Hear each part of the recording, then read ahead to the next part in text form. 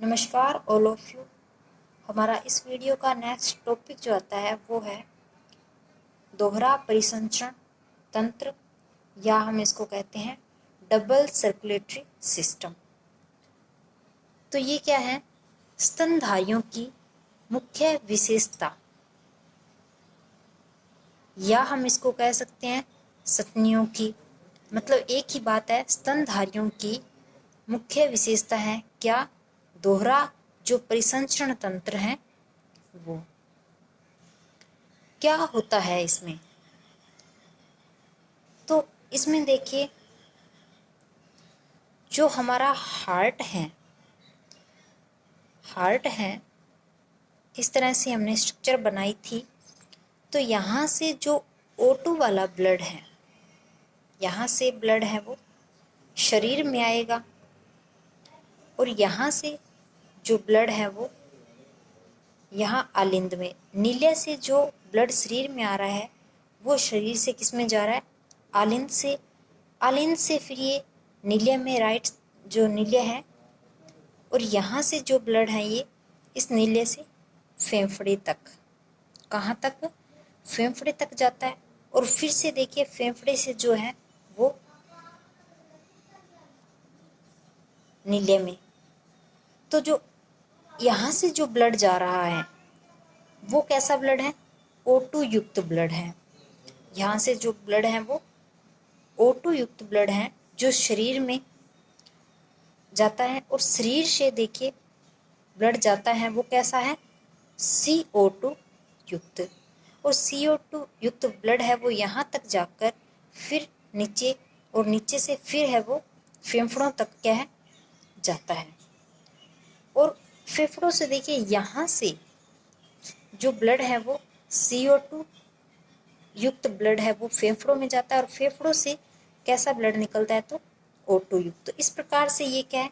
एक प्रक्रिया है, एक साइकिल बनता है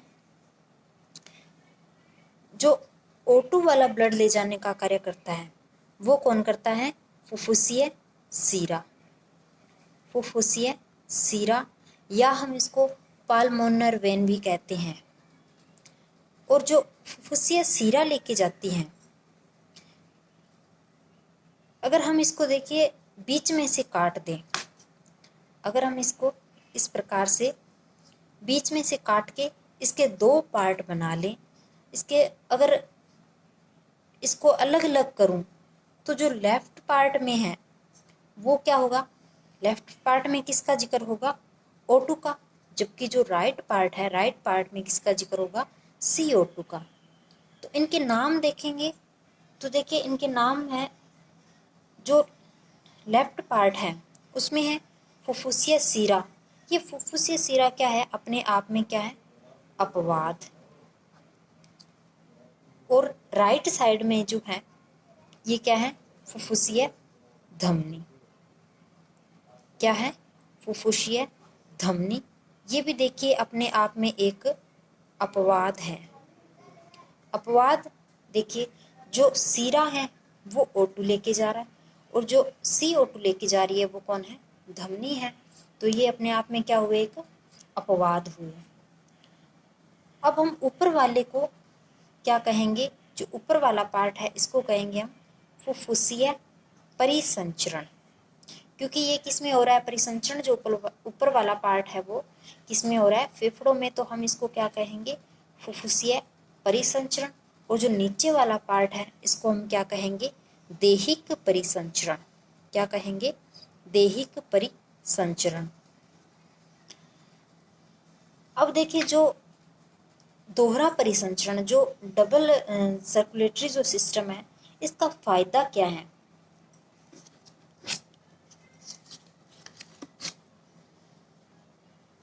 जो डबल सर्कुलेटरी सिस्टम है इसका फायदा क्या है?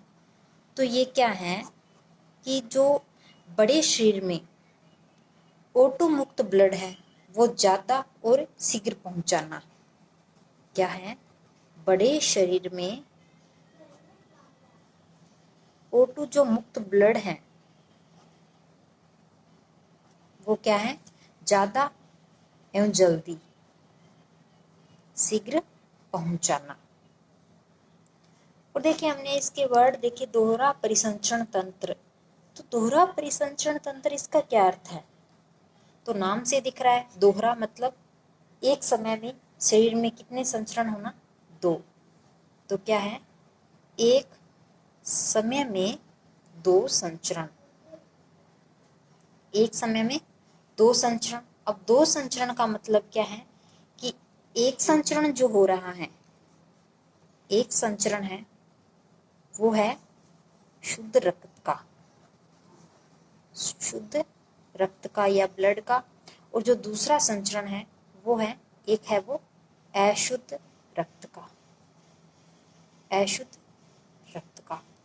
तो अशुद्ध रक्त का संचरण और जो शुद्ध रक्त का संचरण एक साथ होना क्या है? दोहरा परिसंचरण, जो किन में हो रहा है? फेफड़े में और शरीर में। इनको जो बॉडी में हो रहा है उसको हम दैहिक परिसंचरण कह रहे हैं, और जो फेफड़ों में हो रहा है हम उनको जो फुफ्फुसिया परिसंचरण कह रहे हैं। तो हमारा दोहरा परिसंचरण तंत्र जो टॉपिक है वो पूरा हुआ। और अगला जो टॉपिक आता है वो देखिए एक नया नाम आता है, क्या है? रक्त वाहिनी। रक्त वाहिनी, या हम इसको क्या कहते हैं? Blood vessels. Blood vessels.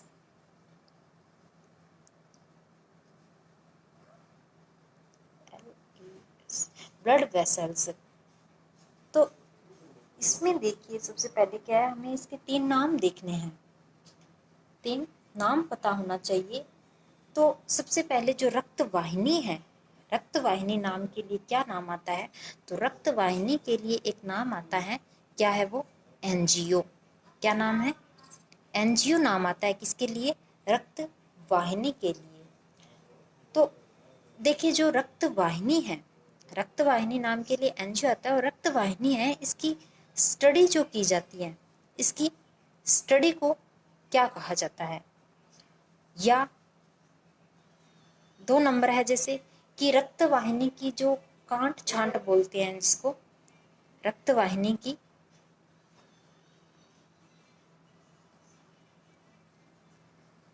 काट छांट बोल सकते हैं हम इसको, या काट पीट, तो वो क्या होती है? और 3 नंबर है, जब काट छांट के बाद जो जोड़ना होता है रक्त वाहिनी को, रक्त वाहिनी को जोड़ना क्या कहलाता है? जोड़। तो जो रक्त वाहिनी की स्टडी है, जो ब्लड वेसल्स की स्टडी है, इनको हम क्या नाम देंगे? एनजीओ। देखिए जो रक्त वाहिनी के लिए नाम आया है वो क्या है? एनजीओ। और हम स्टडी को किससे लिखते हैं? अगर हम अध्ययन को लिखें तो किससे लिखेंगे? लॉजी से।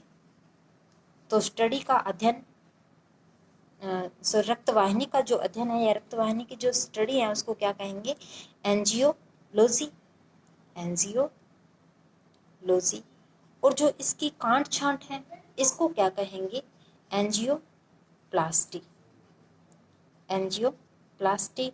और इसके बाद इसे जो जोड़ना कहा गया ये भी क्या है? एंजियोप्लास्टी ही है, क्योंकि दोनों को क्या है? एक ही नाम दिया जाता है, वो क्या है? एंजियोप्लास्टी। अब है रक्त वाहिनियों को एक ग्राफ द्वारा निरूपित किया जाता है, या रक्त वाहिनी की जो प्रक्रिया की जाती है ग्राफ द्वारा निरूपित करके इसकी प्रक्रिया या इसकी जो जांच की जाती है, तो इसकी प्रक्रिया या इसकी जांच को हम क्या कहेंगे? क्योंकि देखिए ग्राफ द्वारा निरूपित कर रहे हैं तो हम इसको क्या कहेंगे? एंजियोग्राफी। एंजियोग्राफी। इसके बाद देखिए आता है कि जो रक्त वाहिनी के प्रकार हैं, टाइप्स ऑफ ब्लड वेसल्स, रक्त वाहिनी के प्रकार कितने हैं? रक्त वाहिनी के प्रकार, तो आज तक कितना पढ़ा होगा कि जैसे हम पढ़ते आ रहे हैं सीरा और धमनी, कितने प्रकार हैं? सीरा और धमनी। लेकिन जो वास्तव में प्रकार होते हैं वो कितने होते हैं? 3। फर्स्ट होता है जिसमें धमनी, 2 नंबर होता है सीराएं, और 3 नंबर जो है वो होता है रक्त केशिका। क्या होता है? रक्त केशिका। तो जो धमनी, सीरा और रक्त केशिका ये क्या है? रक्त वाहिनी के प्रकार हैं। तो अगर हम रक्त केशिका के बारे में देखें तो रक्त केशिका जो क्या है कि सबसे पतली जो रक्त वाहिनी है, सबसे पतली रक्त वाहिनी है, वो कौन सी है?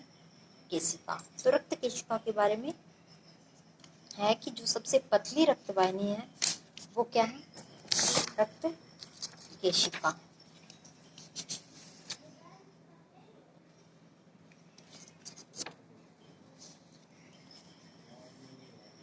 इसके बाद देखिए हम देखते हैं धमनी के बारे में। तो जो धमनियां हैं इनका रंग कैसा होता है?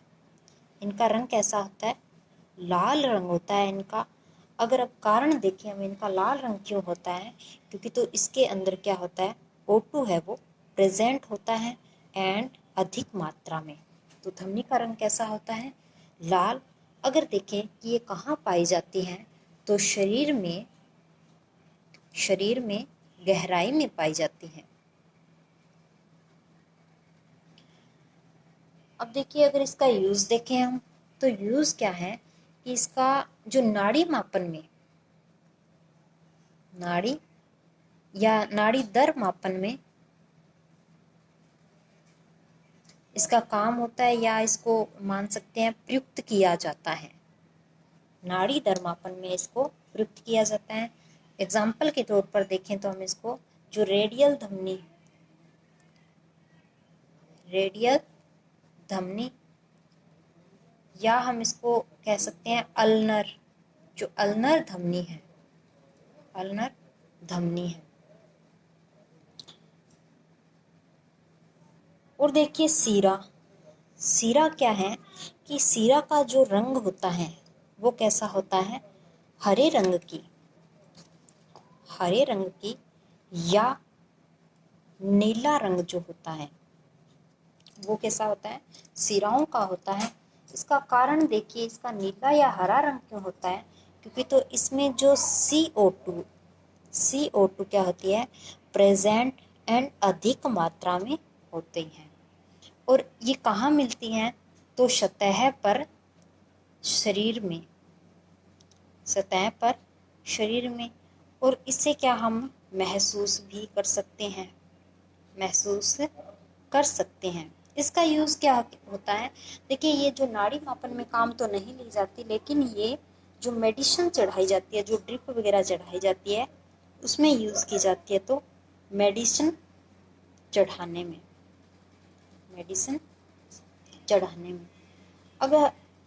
अगर हम इसका डायग्राम देखें, धमनी का डायग्राम देखें, तो जो धमनी है इस तरह से बना के देखते हैं तो ये देखिए जो धमनी की दीवार है बाहर की, वो क्या होती है? धमनी की जो दीवार है वो मोटी होती है। कैसी होती है? मोटी। और अगर ये गुहा देखे तो ये क्या होती है? पतली या संकरी बोल सकते हैं हम इसकी। जो गुहा है वो कैसी होती है?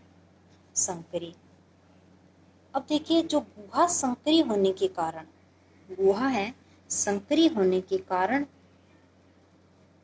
बीपी क्या होता है? ज़्यादा हो जाता है।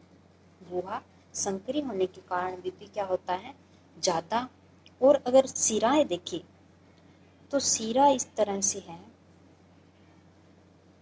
इस तरह से ये देखिए। तो इसकी देखिए दीवार जो है, दीवार कैसी है इसकी? पतली होती है। और जो गुहा अगर देखें इसकी तो चौड़ी मान सकते हैं हम, कैसी? चौड़ी होती है। तो यहाँ जो धमनी में जो इसका बीपी ज़्यादा होता है तो ज़्यादा बीपी हम इसको 120 mmHg।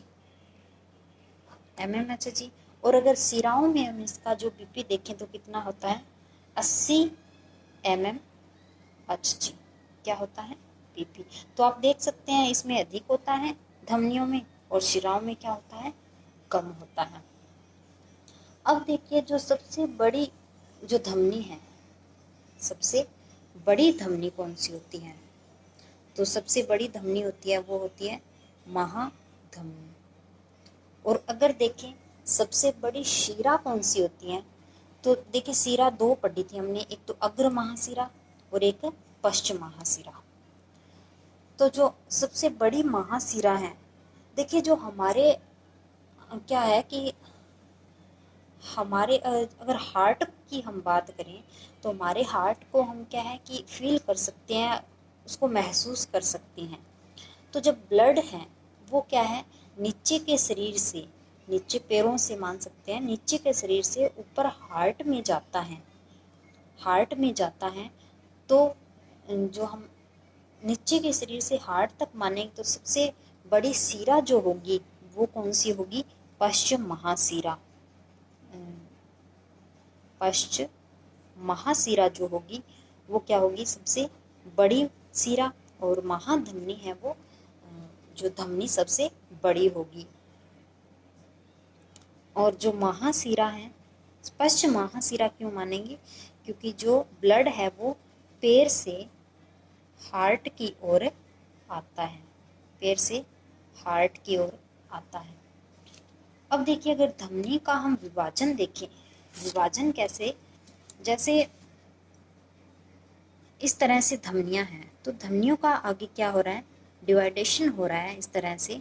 तो जब ये धमनियों का विभाजन हो रहा है, इनकी शाखा जो है, तो इसको हम धमनियों के विभाजन को क्या कहेंगे? धमनिका, धमनिका।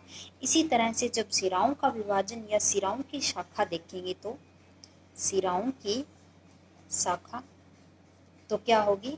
शिराओं की शाखा को क्या कहेंगे? सिरिका। क्या कहेंगे? सिरिका। अब जो धमनी है, जो धमनियां हैं, उनमें देखिए कपाट नहीं होती। कपाट मतलब जैसे शिराओं में क्या होता है कि कपाट पाए जाते हैं। कपाट हम जो पैनल्स बोल सकते हैं, एक ढक्कन जैसी संरचना बोल सकते हैं। तो जो धमनियां हैं, धमनियां हैं इस प्रकार से देखिए, जो धमनियों में क्या है कि ब्लड है वो ऊपर से नीचे की ओर और O2 युक्त आ रहा है, ऊपर से नीचे की ओर आ रहा है। और अगर हम शिराओं में देखें, शिराओं में अगर हम देख रहे हैं तो इसमें देखिए जो ब्लड है CO2 युक्त ऊपर चढ़ रहा है, ऊपर चढ़ रहा है। तो यहाँ क्या है, कुछ ऐसी संरचना है, पैनल जैसी संरचना है, जो ऐसे पैनल जैसी संरचना है। तो ये पैनल जो क्या है कि नीचे से ऊपर की ओर खुलते हैं। ब्लड जब ऊपर चढ़ता है तो नीचे से ऊपर की ओर ये पैनल खुलते हैं। तो देखिए अब हमारे शरीर में क्या है कि ग्रेविटी के कारण जो ब्लड है वो वापस नीचे ना जा पाए, तो ब्लड नीचे वापस ना जा पाए, क्योंकि जो नीचे से ब्लड ऊपर आ रहा है, CO2 युक्त ब्लड है जो फेफड़ों में आएगा, तो वो ऊपर ना आने पाए, इसके लिए यहाँ क्या है, पैनल बने हुए हैं, कपाट बने हुए हैं। तो ये जब ऊपर ग्रेविटी के कारण जो ब्लड है वो वापस नीचे ना जा पाए, तो जो ऊपर ब्लड जा रहा है उसके बाद ये कपाट क्या होते हैं, साथ साथ में बंद होते जाते हैं। तो ये पैनल जो है वो क्या है, ऊपर की ओर खुलते हैं। और जो सीरा है, तो सीरा में ये क्या होते हैं, पैनल है जो प्रेजेंट होते हैं। सीरा में पैनल, पैनल या हम इसको कपाट कह सकते हैं, कपाट है वो पाए जाते हैं। और धमनियों में कपाट है वो नहीं पाए जाते। इसके बाद आता है कि देखिए जो धमनी और जो सिराओं के बीच में क्या है कि रक्त केशिका होती है। तो इसके हम सीक्वेंस वाइज देख सकते हैं, इसको नोट में लिख सकते हैं हम कि सबसे पहले क्या है कि जो महाधमनी है, महाधमनी क्या होगी कि कई भागों में डिवाइड होगी। तो जो महाधमनी डिवाइड होगी उसे हम क्या कहेंगे, धमनी। क्या कहेंगे, धमनी। और धमनी जब डिवाइडेड होगी तो इसे क्या कहेंगे हम, धमनिका, धमनिका। और धमनिका जब कई भागों में विभाजित तो हो रही हैं, तो किस में हो रही है ये, रक्त केशिका में, रक्त केशिका जो। और रक्त केशिका देखिए यहाँ से तो ये विभाजित हो रही थी, तो क्या बना था, रक्त केशिका। लेकिन यहाँ से रक्त केशिका से क्या है कि ये कई सारी रक्त केशिकाएं इकट्ठी होकर क्या बनाएंगी, सीरिकाएं, क्या बनाएगी? सीरिकाएं। और जो सीरिकाएं इकट्ठी होकर क्या बनाएंगी? सीरा। और सीरा है वो क्या? कई सारी सीराएं क्या बनाएंगी? महासीरा। क्या बनाएगी? महाशीरा। तो इसमें देखिए रक्त केशिका इसमें क्या हो रही है? बीच में आ रही है। मतलब क्या है कि जो रक्त केशिका है वो जाल के रूप में पाई जा रही है। रक्त केशिका है वो जाल के रूप में पाई जाती हैं,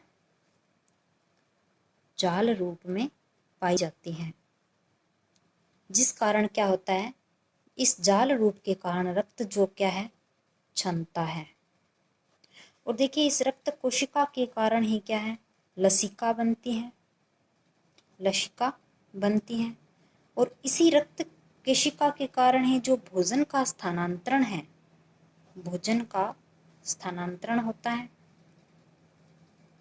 और क्या होता है? जो गैस एक्सचेंज होती है, गैस एक्सचेंज जो होती है, या इसको हम गैस विनिमय, गैसों का जो आदान प्रदान होता है वो ही रक्त केशिका के कारण। क्योंकि देखिए जो रक्त कोशिका में क्या होती है? सेल्स होती हैं। रक्त केशिका में क्या है कि रक्त कोशिका की जो सेल्स हैं ये क्या करती हैं? लेन देन करती है। मतलब जो CO2 वाला ब्लड है वो धमनिकाओं में, और जो O2 वाला ब्लड है वो शिरिकाओं में। तो इस प्रकार से क्या है? धमनिकाओं से रक्त केशिका का निर्माण हो रहा है, और रक्त केशिकाओं से कई सारे से सिरिकाएं, तो महाशिरा बन रही हैं। इसके बाद देखिए इसमें एक और है, रक्त केशिका में क्या होता है कि जो ग्लोमेरुलस होता है, नेफ्रॉन में जो मूत्र का निर्माण होता है वो भी किससे होता है? तो रक्त केशिका से।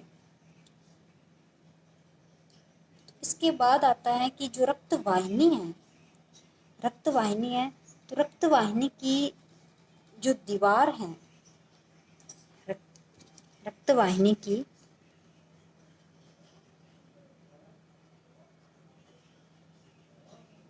दीवार में रक्त पहुंचाने वाली धमनी, क्योंकि रक्तवाहिनी है इसकी दीवार में जो रक्त कौन सी धमनी पहुंचाती है?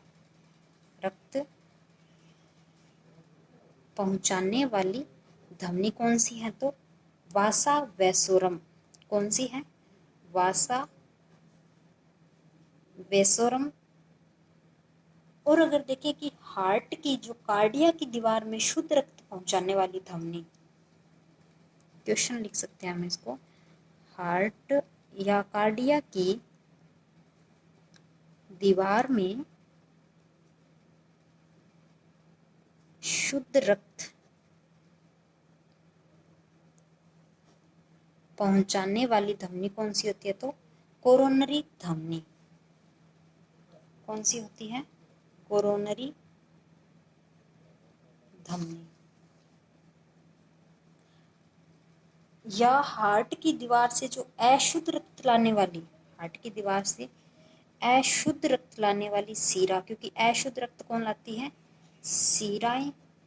तो सीरा होती है वो जो हमने दोहरा परिसंचरण तंत्र किया था उसमें अशुद्ध रक्त कौन लाती है? धमनिकाएं। इसी कारण हमने उनको क्या किया था? अपवाद के रूप में लिखा था। और वास्तव में जो अशुद्ध रक्त लाती है वो कौन होती है?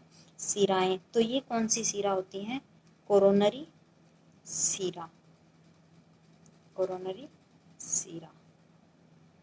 तो हमारा जो ब्लड सर्कुलेटरी सिस्टम जो टॉपिक है वो कंप्लीट होता है। और इसके अगर पीछे वाली वीडियो किसी ने नहीं देखी है तो वो पीछे वाली वीडियोस में जाकर पूरा टॉपिक देखें। और अगर आपको अच्छा लगे तो सब्सक्राइब भी करें।